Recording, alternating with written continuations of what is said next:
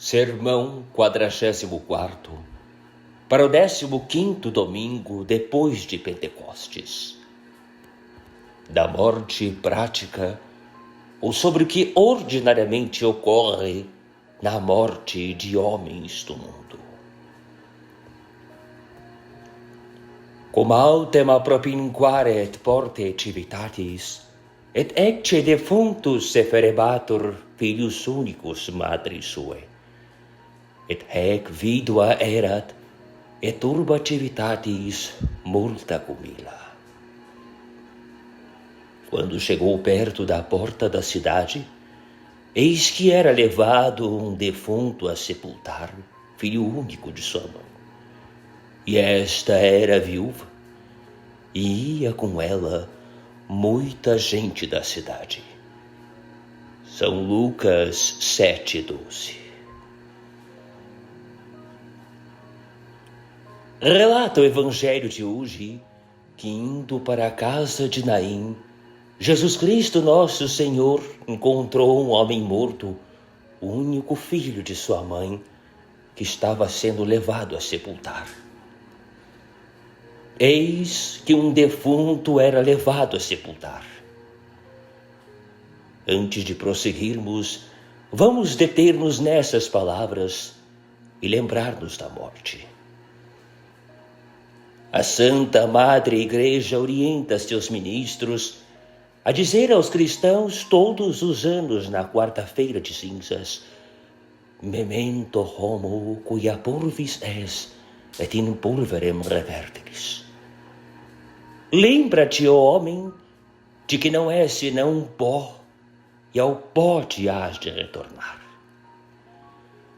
Quisera Deus tivessem os homens a morte sempre diante dos olhos. Se assim fosse, de certo não levariam vida tão ruim.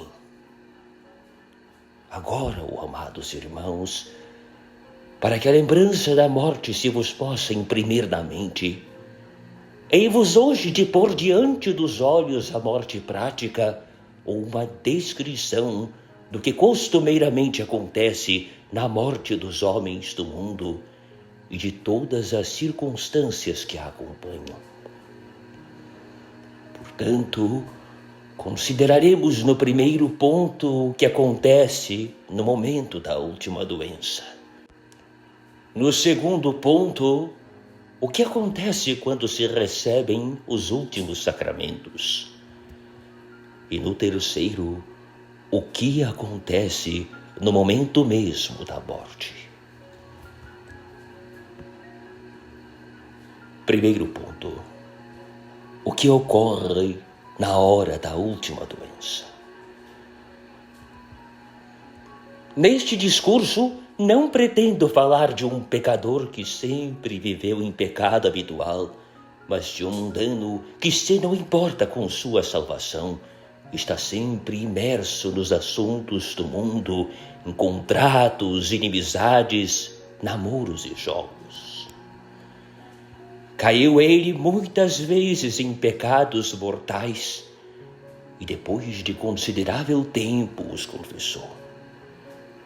Em uma palavra, tem sido pecador reincidente e em geral tem vivido em inimizade com Deus, ou pelo menos tem sido atormentado por graves dúvidas de consciência. Avaliemos a morte de tais pessoas e o que normalmente acontece em sua morte. Comecemos pelo momento em que sua derradeira doença se manifesta. Levanta-se ele pela manhã, sai para cuidar de seus afazeres temporais.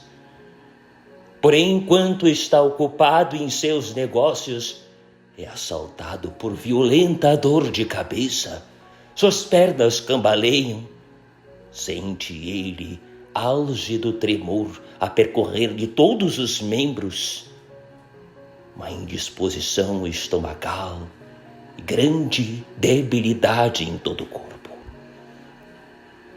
Volta imediatamente para casa e lança-se na cama. Seus familiares, esposa e irmãs, correm até ele e perguntam: por que te retiraste tão cedo? Não te sentes bem? E ele responde: sinto-me mal. Mal consigo ficar em pé. Tenho grande dor de cabeça. Talvez, dizem-lhe, talvez estejas febril. Ora, deve ser isso, responde ele, pois mande chamar o médico. O médico é então chamado às pressas. Nesse ínterim, ajeitam-lhe a cama e lá é ele acometido de agudo ataque de frio, fazendo tremer da cabeça aos pés. Enchem-no de cobertas, mas o frio continua por 1 ou 2 horas e é seguido de ardente calor. Pois chega o médico e pergunta ao doente como se sente. Examina-lhe o pulso e descobre que está com grave ataque de febre. Mas para o não alarmar, diz-lhe: estás com febre, mas é mínima. Deste algum motivo para isso? O doente responde: saí à noite alguns dias e resfriei-me, ou jantei com um amigo e exagerei do apetite. Ora, isso não é para nada, diz o médico. Trata-se de plenitude estomacal, ou mais provavelmente um desses ataques que ocorrem na mudança de estação. Não coma nada hoje. Tome somente uma xícara de chá. Não te inquietes. Alegra-te, pois não há perigo. E eu o verei amanhã. Se houvesse um anjo que da parte de Deus dissesse ao médico: o que dizes? Estás a dizer-me que não há perigo nessa doença?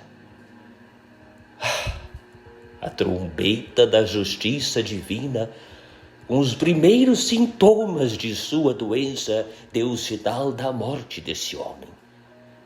Para ele, o tempo da vingança de Deus já chegou.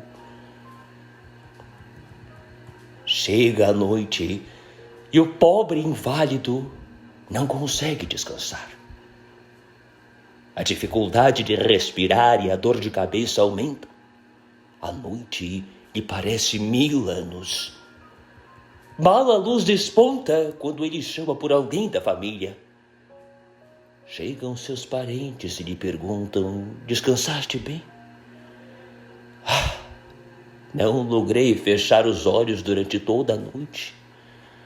Oh, Deus, como me sinto opresso! Como são violentos os espasmos em minha cabeça! Sinto as têmporas como que perfuradas por pregos. Manda chamar o médico imediatamente. Diz-lhe que venha o mais rápido possível. Vem o médico e descobre que a febre aumentou, mas continua a dizer: tem coragem, não há perigo. A doença deve seguir seu curso. A febre que a acompanha a fará desaparecer. Ele chega ao 3º dia e vê que o doente está ainda pior. Chega ao 4º e os sintomas da febre maligna já se manifestam.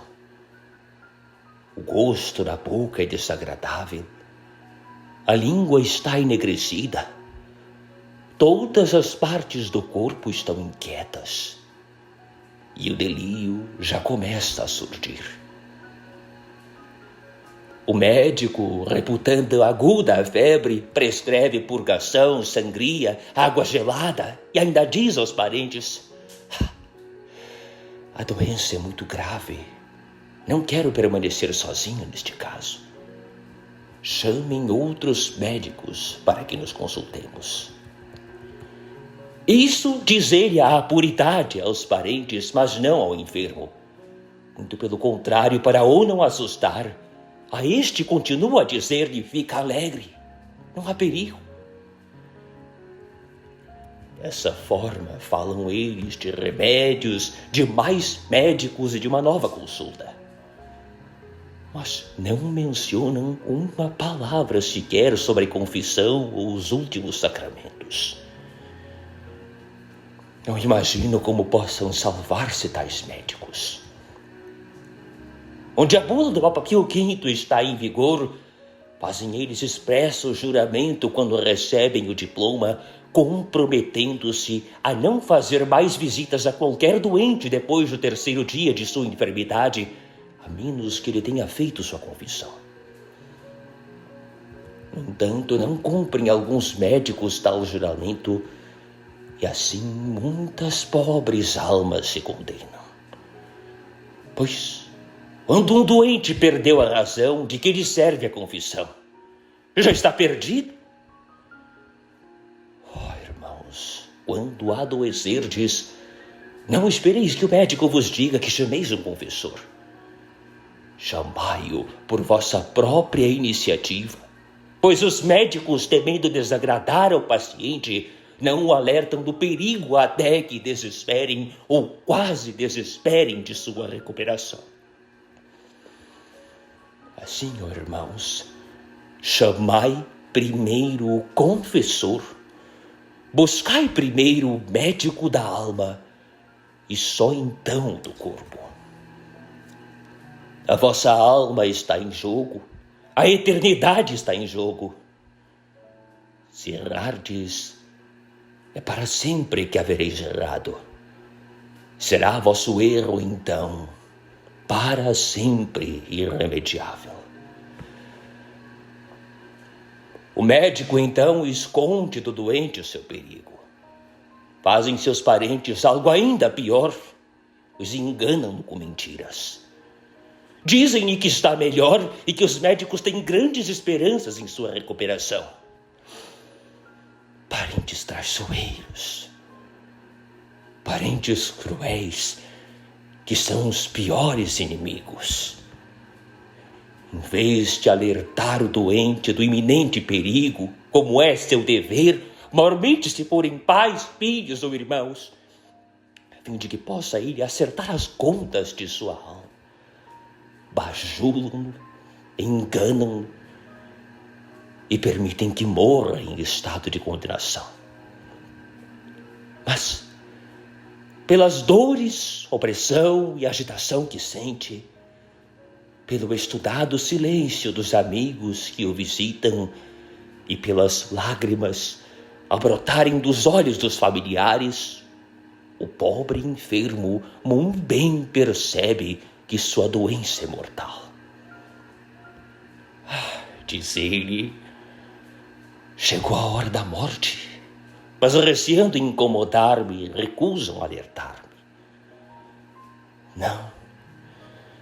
Seus parentes não o informam de que está em perigo de morte, mas porque cuidam eles de seus próprios interesses, que são mais importantes para eles do que qualquer outra coisa, trazem um escrivão na esperança de que o moribundo lhes deixe uma grande parte de sua propriedade. E o escrivão chega. Quem é este? Pergunta o doente. Os parentes respondem, ele é um escrivão. Talvez para a tua própria satisfação queiras fazer teu testamento. Ora, então minha doença é mortal? Estou perto de meu fim?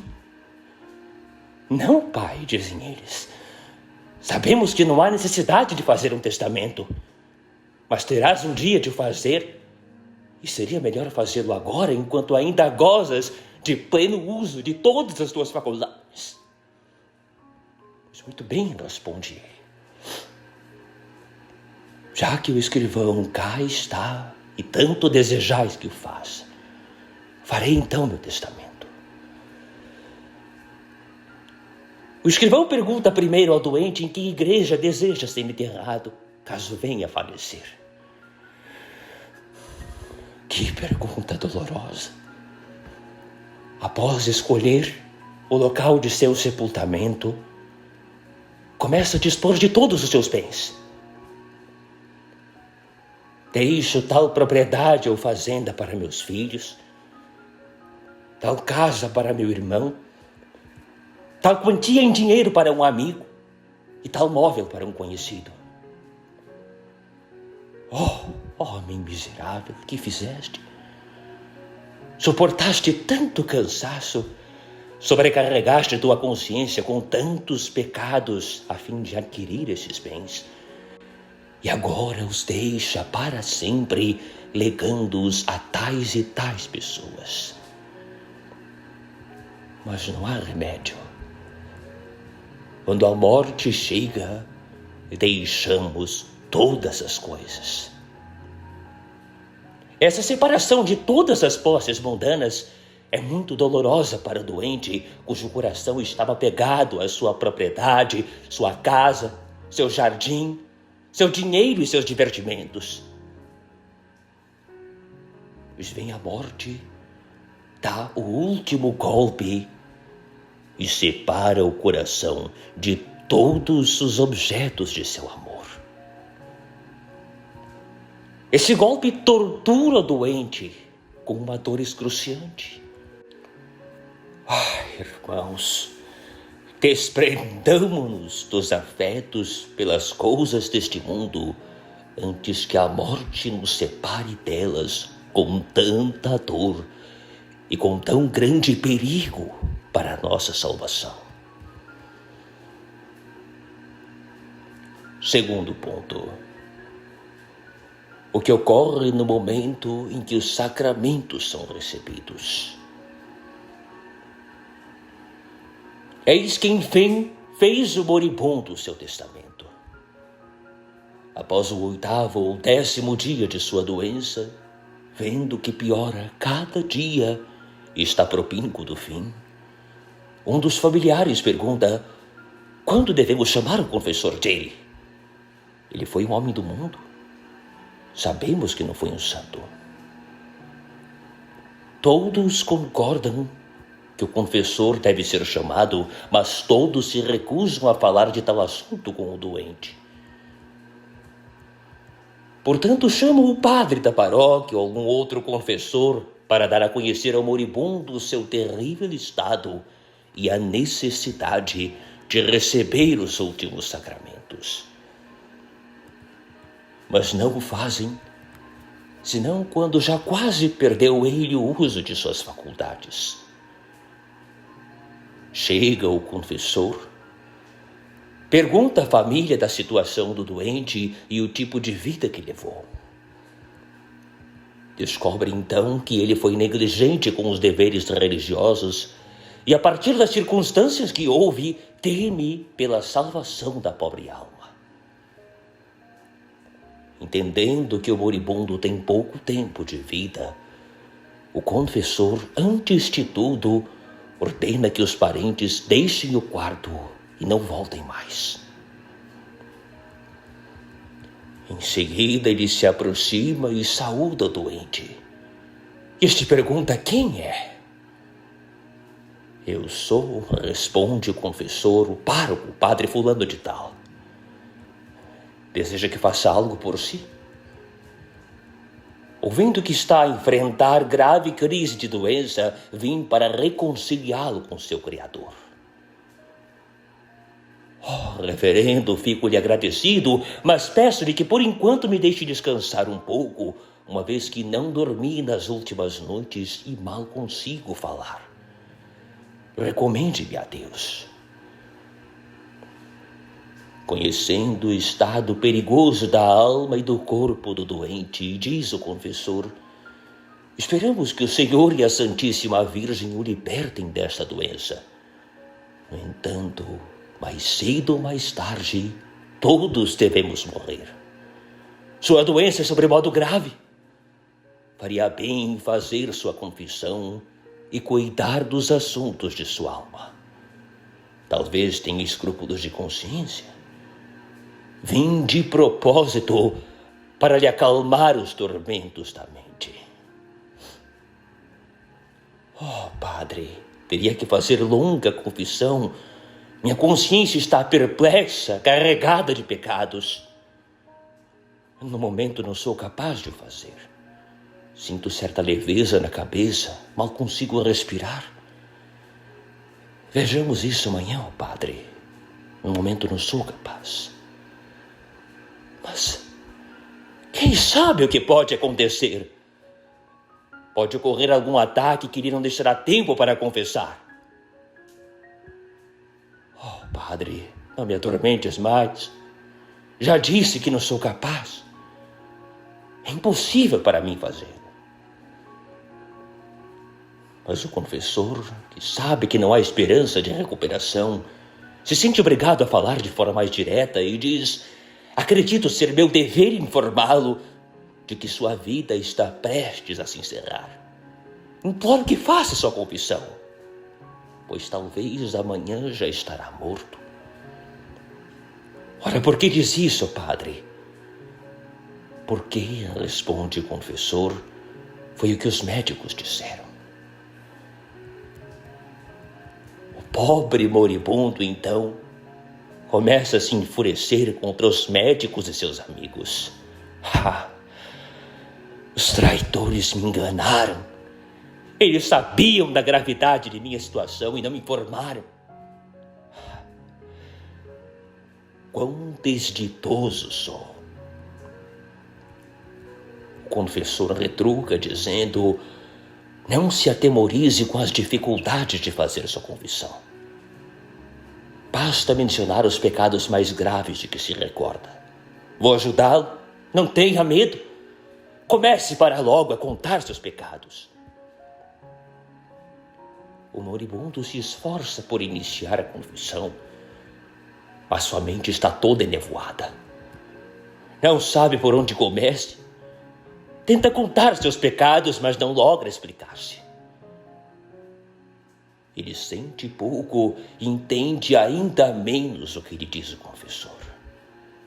Oh, Deus! Em um momento como esse e em tal estado, são os mundanos obrigados a cuidar do mais importante de todos os assuntos, o assunto da eterna salvação. O confessor ouve, quiçá, muitos pecados, maus hábitos, lesões perpetradas contra a propriedade e caráter de outros, confissões feitas com pouco pesar e pouca intenção de emenda. Ele ajuda o moribundo da melhor forma que pode e, após breve exortação, diz-lhe que faça ato de contrição. Mas, graças a Deus, não seja ele tão insensível à tristeza quanto aquele enfermo que foi assistido por Cardeal Bellarmino. Quando o cardeal o exortou a fazer um ato de contrição, disse: oh, padre, não se preocupe. Essas coisas são muito elevadas para mim. Eu simplesmente não entendo. No momento final, o confessor absolve o moribundo. Mas quem sabe se Deus o absolve? Após dar-lhe a absolvição, diz o confessor: prepare-se agora para receber Cristo Jesus como seu viático. Agora, responde o moribundo, agora são 4 ou 5 horas da madrugada, posso comungar pela manhã. Não, talvez pela manhã já não esteja entre nós. Devem receber agora o viático e a unção dos enfermos. Infeliz de mim, diz o moribundo, com que então estou às portas da morte? E ele tem razão em o dizer, pois a prática de alguns médicos é adiar o viático até que o paciente esteja próximo do fim e haja perdido ou quase perdido os sentidos. Isso é um erro comum. De acordo com a comum opinião dos teólogos, deve o viático ser ministrado sempre que há perigo de morte. É útil observar aqui que Bento XIV, em sua 53ª bula, diz que a extrema unção pode ser dada sempre que o enfermo padece grave doença. Logo, sempre que os enfermos puderem receber o viático, também podem receber o sacramento da extrema-unção. Não há mistério esperar, como recomendam alguns médicos, até que estejam próximos da agonia ou até que percam os sentidos. Eis que chega o viático. O moribundo ouve o sim. Oh, como ele treme! O tremor e o terror aumentam quando ele vê o sacerdote entrando na sala com o santo sacramento e quando contempla ao redor de sua cama as tochas daqueles que estiveram na procissão. O sacerdote recita as palavras do ritual: Acti per frater viaticum corporis Domini nostri Iesu Christi, qui te custodiat ab hoste maligno, et perducat in vitam aeternam. Amém. Ó irmão, receba o viático do corpo de nosso Senhor Jesus Cristo, para que ele o preserve do maligno inimigo e o conduza à vida eterna. Recebe ele a hóstia consagrada sobre a língua. O sacerdote então lhe dá um pouco de água para que a possa engolir, uma vez que sua garganta está toda ressequida. Ministra-lhe o sacerdote ato contínuo à extrema unção, começando por ungir-lhe os olhos, enquanto diz as seguintes palavras: Per istam sanctam unctionem et suam piissimam misericordiam indulgia tibi Deus, quid per visum deliquisti. Em seguida, unge-lhe os outros sentidos, os ouvidos, as narinas, a boca, as mãos, os pés e os rins, dizendo: Quid per aditum deliquisti, per odoratum, per gustum et locutionem, per tactum, per gressum et lumborum delectationem. E durante a administração da unção dos enfermos, empenha-se o diabo em lembrar ao moribundo todos os pecados cometidos pelos sentidos, pelos olhos, ouvidos, língua e mãos, e diz-lhe: após tantos pecados, ainda espera ser salvo? Oh, que terror há de causar então cada um desses pecados mortais, que agora são chamados fraquezas humanas e que, no dizer dos mundanos, Deus não há de punir. Agora são eles desprezados, mas naquele momento cada pecado mortal será uma espada que traspassará a alma de terror. Mas vamos agora ao que acontece na hora da morte. Terceiro ponto: o que ocorre na hora da morte. Após ter administrado os sacramentos, parte o sacerdote e deixa o moribundo só consigo. Ele sente ainda mais terror e alarme após os sacramentos do que antes de os receber, pois sabe que toda a sua preparação para eles foi feita em meio de grande confusão mental e enorme agitação de consciência.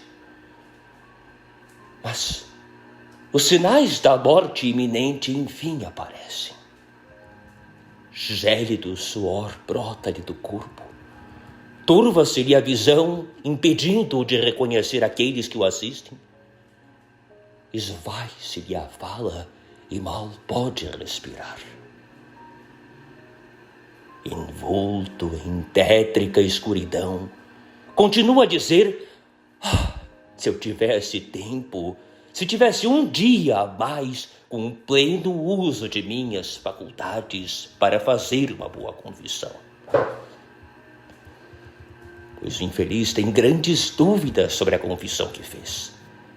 Percebe que não logrou incitar em si mesmo o sentimento capaz de gestar legítimo, sincero, genuíno ato de contrição. Mas que tempo? Que dia? Tempus amplius non erit. Já não haverá tempo. O confessor tem o livro aberto para anunciar-me a sua partida deste mundo. Profitiscere anima cristiana de hoc mundo. Parte, ó alma cristã deste mundo. E o moribundo continua a dizer de si para consigo: oh, anos perdidos de minha vida, quão tolo fui. Mas quando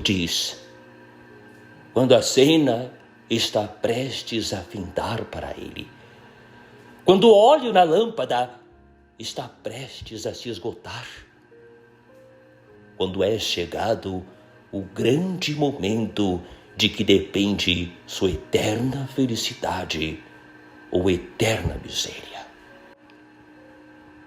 Passeis que seus olhos se petrificam. Seu corpo assume a postura de um cadáver. As extremidades, as mãos e os pés estão frios. A agonia começa e o sacerdote recita então as orações para a recomendação de uma alma que parte. Após ter lido a recomendação, toma do pulso do moribundo e percebe que cessou de bater. Luz, diz ele, imediatamente a abençoada vela. Oh, vela, oh, vela, dai-nos luz agora que temos saúde, pois na hora da morte tua luz servirá tão só para nos aterrorizar ainda mais. Mas já a respiração do moribundo não é tão frequente e começa a falhar. É este um sinal de que a morte está próxima. O sacerdote assistente eleva a voz e diz ao pobre homem nas vascas da agonia: diga depois de mim, ó Deus, vinde em meu auxílio, tende piedade de mim. Ó meu Jesus crucificado, salvai-me por vossa paixão. Mãe de Deus, intercedei por mim. São José, São Miguel Arcanjo, meu santo anjo custódio, e todos vós, santos no paraíso, orai a Deus por mim. Jesus, Jesus, Jesus e Maria, entrego-vos o meu coração e a minha alma. Mas eis os últimos sinais da morte. Retém-se-lhe um muco na garganta, emite o moribundo fracos gemidos, jorram-lhe lágrimas dos olhos.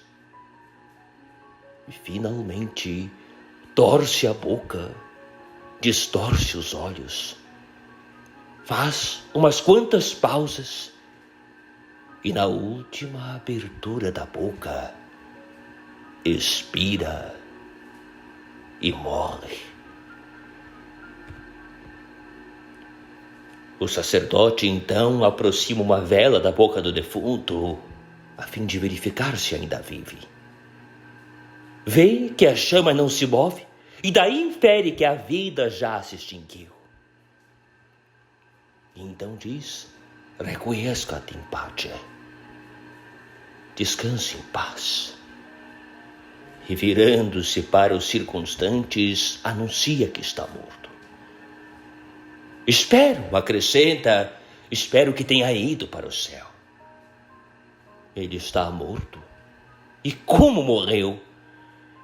Ninguém sabe se ele está salvo ou condenado, mas morreu deveras em grande tempestade.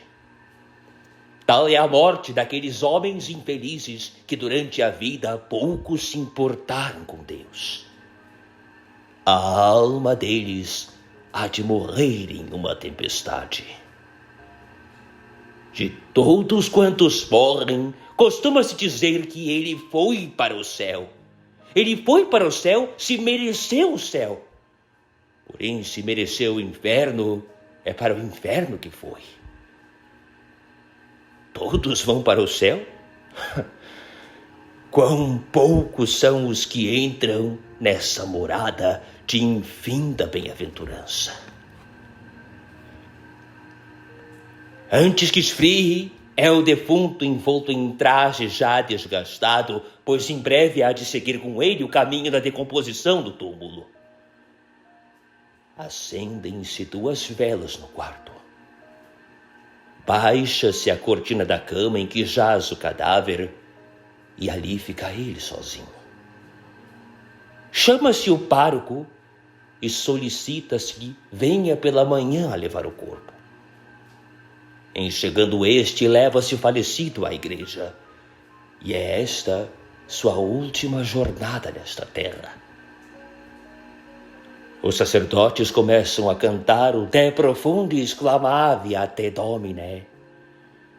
Os espectadores, atentos ao funeral, falam do falecido. Um diz, era um homem muito orgulhoso. Outro, tivesse morrido 10 anos atrás. Um terceiro, foi afortunado no mundo. Fez muito dinheiro. Tinha linda casa, mas agora não leva nada consigo. Enquanto dele assim falam, está a abrasar no inferno. Enfim, chega à igreja e colocam-no no meio, cercado por 6 velas. Os presentes olham para ele, mas súbito desviam a vista, pois sua aparência lhes mete horror. Canta-se a missa para o repouso de sua alma e logo após recita-se o Libera. Conclui-se a cerimônia com as seguintes palavras: Requiescat in pace. Descanse em paz. Descanse em paz se morreu em paz com Deus. Mas se morreu em inimizade com Deus, que paz pode ele desfrutar? Ele não terá paz enquanto Deus for Deus. Abre-se então o sepulcro e nele se lança o corpo. Coberto com uma lápide, ali fica a apodrecer como pábulo de vermes. E assim termina o cenário deste mundo para cada um de nós. Seus parentes vestem luto, mas primeiro dividem entre si a propriedade que lhes deixou. Derramam uma lágrima ocasional por 2 ou 3 dias e depois o esquecem.